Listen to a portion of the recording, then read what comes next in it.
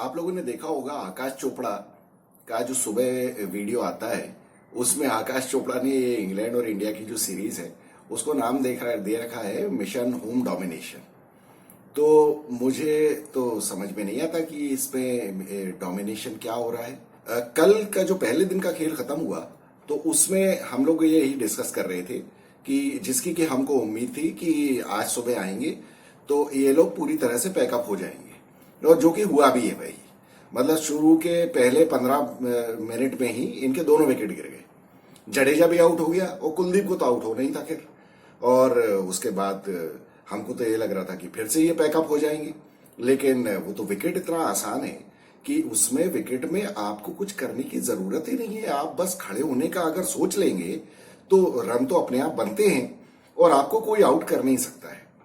लेकिन हमारी Indian team जो है इस टाइम जिस तरह की बैटिंग कर रही है तो ये तो मतलब एहसान की तरह बैटिंग करते हैं। फिर भी वो 7 विकेट होने के बाद 8वें विकेट की पार्टनरशिप में जुरेल ने और अश्विन ने कुछ रन बनाए, 60-70 रन जोड़ दिए उन्होंने। अदरवाइज तो हम 400 के पहले ही पैकअप हो चुके थे, मतलब हो ही जाना था हमको। फिर तो आज तो मतलब बुमराह ने भी रन बनाए वो तो, लेकिन फिर भी आप देखिए इस विकेट पे भी सिराज ने रन नहीं बनाए, कुलदीप ने रन नहीं बनाए इस विकेट के ऊपर। अब आप बताइए कि अभी आप देखना, मैं कल भी आपसे कह रहा था ना कि इंडिया तो कल हो जाएगी पैकअप जितने पे भी हो। ये तो मैं कहूंगा कि ये 100 रन बोनस के बन गए हैं इनके। अदरवाइज ये तो कभी भी 400 के पहले ऑल आउट हो सकते थे। और उसके बाद इंग्लैंड, मैं कह रहा था आपसे कि 600 रन बनाएंगे। आज देखिए 35 ओवर में उन्होंने 200 रन ठोक दिए हैं अभी ऑलरेडी। और रोहित शर्मा के चेहरे की हवाइयां हमको अभी दिख रही हैं और बाकी बॉलर्स भी किस तरह से हताश नजर आ रहे हैं वो भी हमको समझ में आ रहा है।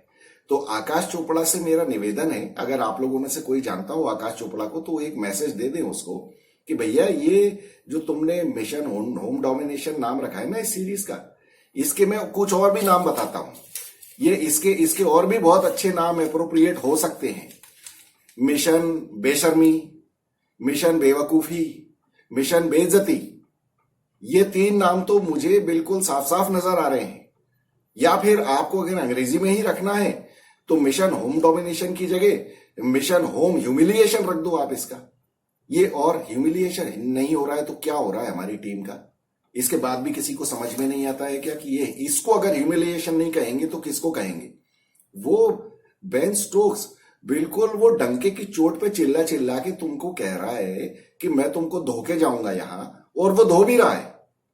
लेकिन हम बेशर्मों की तरह कुछ भी करे चले जा रहे हैं। हमको समझ में ही नहीं आ रहा है। वो आ रहे हैं इंग्लैंड वाले हमको पीट रहे हैं जिस विकेट पे हमारे बल्लेबाजों को समझ में ही नहीं आ रहा है कि क्या करना है, कैसे बॉल कहां से निकल जा रही है।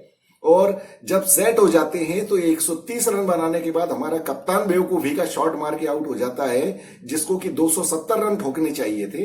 अभी आप देखना कल बेन डकेट किस तरह से बैटिंग करता है। वो तो अब शुरू में कल सुबह का जो मॉइस्चर रहता है विकेट के ऊपर या एटमॉस्फेयर के ऊपर, उसकी वजह से कोई 1-2 बॉल इधर उधर हो जाए, उसमें अगर विकेट मिल गया तो मिल गया। अगर सुबह के अगर आधे घंटे 45 मिनट में विकेट नहीं मिला, आप मेरी मान के चलो कल 600 क्या ये 650 रन ठोकेंगे इंग्लैंड वाले। और उसके बाद हमको हमारे घर पे हमारी इज्जत बचाने की नौबत आ जाएगी। और उसके बाद तीसरी पारी में जब ये इंडियंस बैटिंग करने आएंगे तब आप देखना ये क्या डांस करेंगे विकेट के ऊपर। फिर इनको बॉल उल्टी सीधी पड़ेगी, फिर ये कहेंगे अरे वो तो बॉल ऐसी हो गई तो इस वजह से वैसा हो गया, ऐसा हो गया। इनके पास 50 बहाने हैं। सिर्फ इनको आईपीएल खिलाओ और बस इनसे कुछ पूछो मत और इनको भर भर के पैसे दो। बेवकूफी, बेइज्जती, बेशर्मी और सब दुनिया भर के इनके जो भी एडजेक्टिव्स और नाउन्स है ना, ये सब इनके ऊपर एप्लीकेबल होते हैं। घर में अगर इस तरह से आप डोमिनेट हो रहे हैं तो इससे बड़ी शर्म की बात और क्या हो सकती है। ये बात आप देखिए, इस टेस्ट मैच के पहले ही मैंने आपसे कही थी ये बात कि इन लोगों को समझ में नहीं आ रहा है कि अब इंग्लैंड से किस तरह से पार पाए। अब आपने इस तरह का विकेट बना दिया तो आपने रन भी नहीं बनाए। मतलब आप किस तरह का, वो प्रेशर तो उनके ऊपर कुछ है ही नहीं, छू के ही नहीं गया इंग्लैंड के बैट्समैन को। 35 ओवर में 207 या 210 रन उन्होंने ठोके हैं। वो तो भला हो जैक क्रॉली का, जो कि वो गलत शॉट मार के आउट हो गया, तो हमारे अश्विन साहब को 500वां विकेट मिल गया। अश्विन भी उछल उछल के बिल्कुल सेलिब्रेट कर रहा है। हालांकि 500 विकेट पे सेलिब्रेट करना चाहिए, लेकिन जैक क्रॉली ने अगर वो गलत शॉट नहीं मारा होता तो वो बिल्कुल भी आउट नहीं होता। वो उसने वही शॉट मारा है जो रूट ने पहले टेस्ट मैच में पहली पारी में मारा था, बिल्कुल उसी तरह से आउट हुआ। अदरवाइज वो कौन सी विकेट टेकिंग बॉल थी?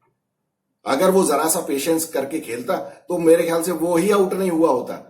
कल मैं तो बहुत गलत ही सिद्ध हो गया जब मैं कह रहा था कि बेन डकेट तो 40-50 रन से ज्यादा नहीं बनाएगा। वो तो अभी खड़ा हुआ है भूत बन के, 120 की स्ट्राइक रेट पे ठोक दिया उसने। रोहित शर्मा ने जितने 196 बॉलों में रन बनाए उतने तो उसने 100 बॉलों में ठोक दिए, उससे ज्यादा ही बना दिए 2 रन। और अभी भी वो खड़ा हुआ है और कल आके पता नहीं कितना भूत बनाएगा इनको भूत एक्चुअली बनना चाहिए। इनकी जब तक ये बेइज्जती नहीं होगी इन लोगों को शर्म नहीं आएगी। और मुझे तो समझ में नहीं आ रहा है ये लोग, इन लोगों की ये जो बातें बढ़ के करते हैं बेवकूफों टाइप की, इनकी ये बातें बंद होनी चाहिए। मुझे समझ में नहीं आता, ये फैंस की भी कोई कदर नहीं करते। ये बात वही है, तुमको 10-10 लाख रुपए एक मैच के मिलते हैं, जरा 10 रुपए का खेल तो दिखाओ। क्या किस तरह से इंडियंस खेल रहे हैं। और ये तो बॉलर्स बहुत अच्छी तरह से एक्सपोज हो रहे हैं। स्पिनर्स जो इन्होंने हवा बना रखा था ना, गड्ढे खोद खोद के, यहां अब इन सबकी औकात पता चल रही है। औकात इज द राइट वर्ड। ये सुनने में बुरा लगता है बट सच्चाई तो यही है ना। हम नहीं कहेंगे तो कोई और कहेगा। सच्चाई तो यही है ना कि आपको अपनी औकात पता चल रही है कि आप कितने बड़े बॉलर हो। रविचंद्रन अश्विन ने 500 विकेट लिए 98 मैचेस में।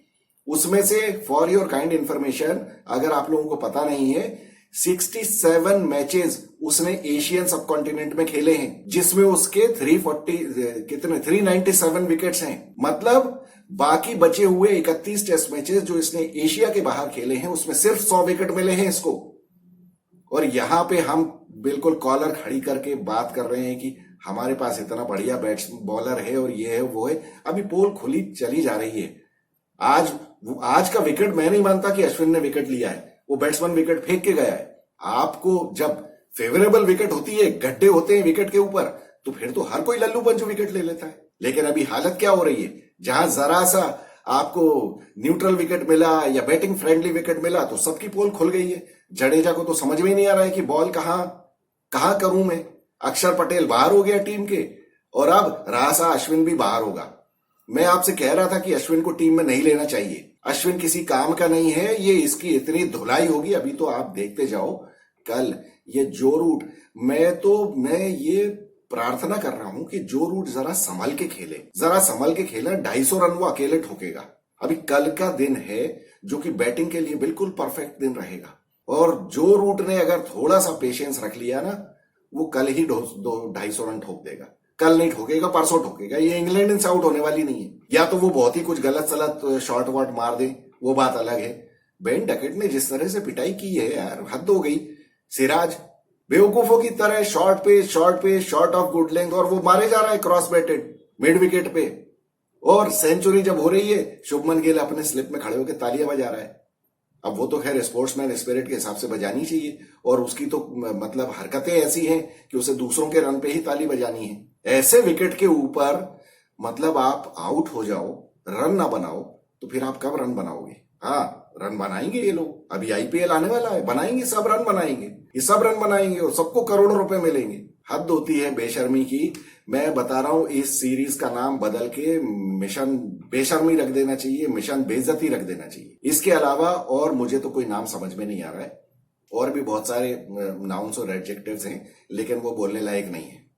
आप लोग समझ सकते हैं कि मेरे मन में क्या आ रहा है। और मेरे ख्याल से अगर आप लोग जरा भी सीरियस हैं तो आपके भी मन में वो चीजें आनी चाहिए कि हम किस तरह का क्रिकेट खेल रहे हैं और किस तरह की क्रिकेट हमको देखनी पड़ रही है हमारी टीम की तरफ से। हमारी टीम हमारे देश में, हमारे घर में बिल्कुल कोने में घुसी हुई है, चूहे की तरह। ये चूहों की टीम है। 11 चूहे भेज के रखे हैं हमने यहाँ मैच खेलने के लिए। एक वो बदकिस्मती से विराट कोहली बाहर हो गया सीरीज के। मैं देखिए दावे के साथ कहता हूं, विराट कोहली जैसा जो रनों की जो भूख है उसको इस सीरीज में अगर वो होता ना, वो अकेला 700 रन ठोकता है इसमें। क्योंकि इससे बढ़िया अपॉर्चुनिटी कहां मिलने वाली है ऐसे विकेट्स के ऊपर बैटिंग करने की, उसको कहां मिली है? क्या बदकिस्मती है उसकी भी।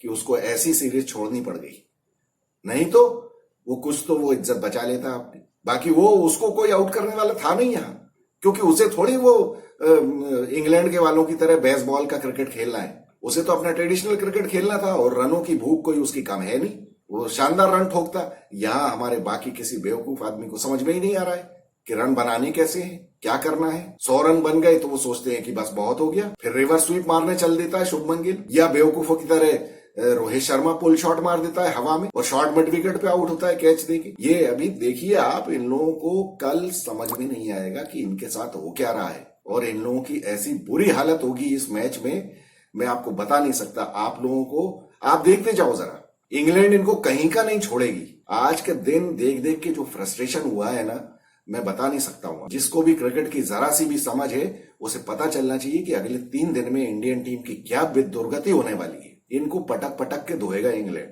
और इन लोगों को लेकिन शर्म नाम की कोई चीज है नहीं। फिर आके बोलेंगे मैच के बाद, जब धुल जाएंगे मैच में, उसके बाद आगे फिर मैच की स्टोरी हमको सुनाएंगे। हमारे बैट्समैन ने कैरी नहीं किया, हमारे बैट्समैन ने रन बनाए, उनको स्टार्ट मिला, उन्होंने रन नहीं बनाए। अरे तो यार कौन बनाएगा भैया, कप्तान होके तुमने रन नहीं बनाए तो फिर बाकी दूसरों को क्या बोलोगे। हम तो बड़ा सोच रहे थे कि अरे रोहित शर्मा ने तो 131 रन बना दिए, बहुत बड़ा तीर मार दिया। हद कर दी इन लोगों ने, बेहूदगी की लिमिट क्रॉस कर दी है इन लोगों ने। जिस तरह से क्रिकेट खेल रहे हैं, इन लोगों के हाथ से बैट बॉल छुड़ा लेना चाहिए, इनको घर भेज देना चाहिए। इसके बजाय वो सरफराज जैसे ही जो टॉप के रणजी ट्रॉफी के प्लेयर्स हैं ना, उनको ही ले आओ भैया, कुछ तो ढंग से खेलेंगे वो। ये इनको कब तक झेलते रहेंगे हम, ये फालतू, ये नाम के शेर हैं ये।